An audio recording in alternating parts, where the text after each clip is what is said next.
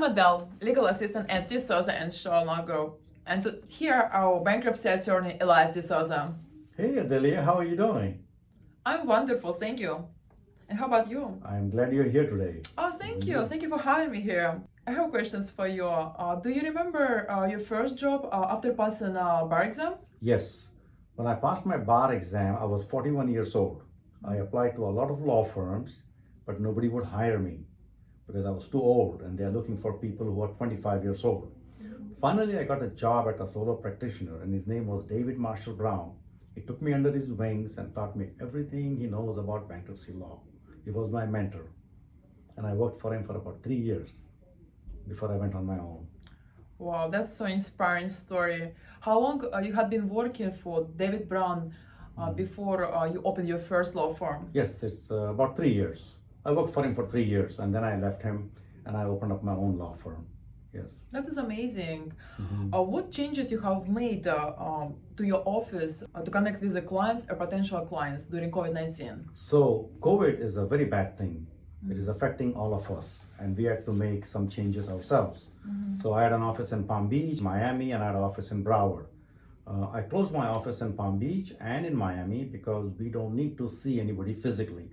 Now we meet all the clients via FaceTime, WhatsApp, Zoom, the phone, emails, and it's working great. People love it and we are helping not to spread this COVID around. That is awesome. I always see you working so hard. Why are you working so hard, Elias?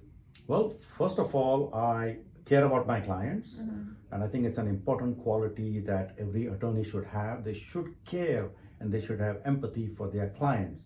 It's not all about making money. It's about helping people improve their lives. That's what it's all about. Of course, after you care and you have empathy, you also need to be competent on the law. That's very important also. If you don't know the law, then no matter how much you care, you probably will not be able to help them.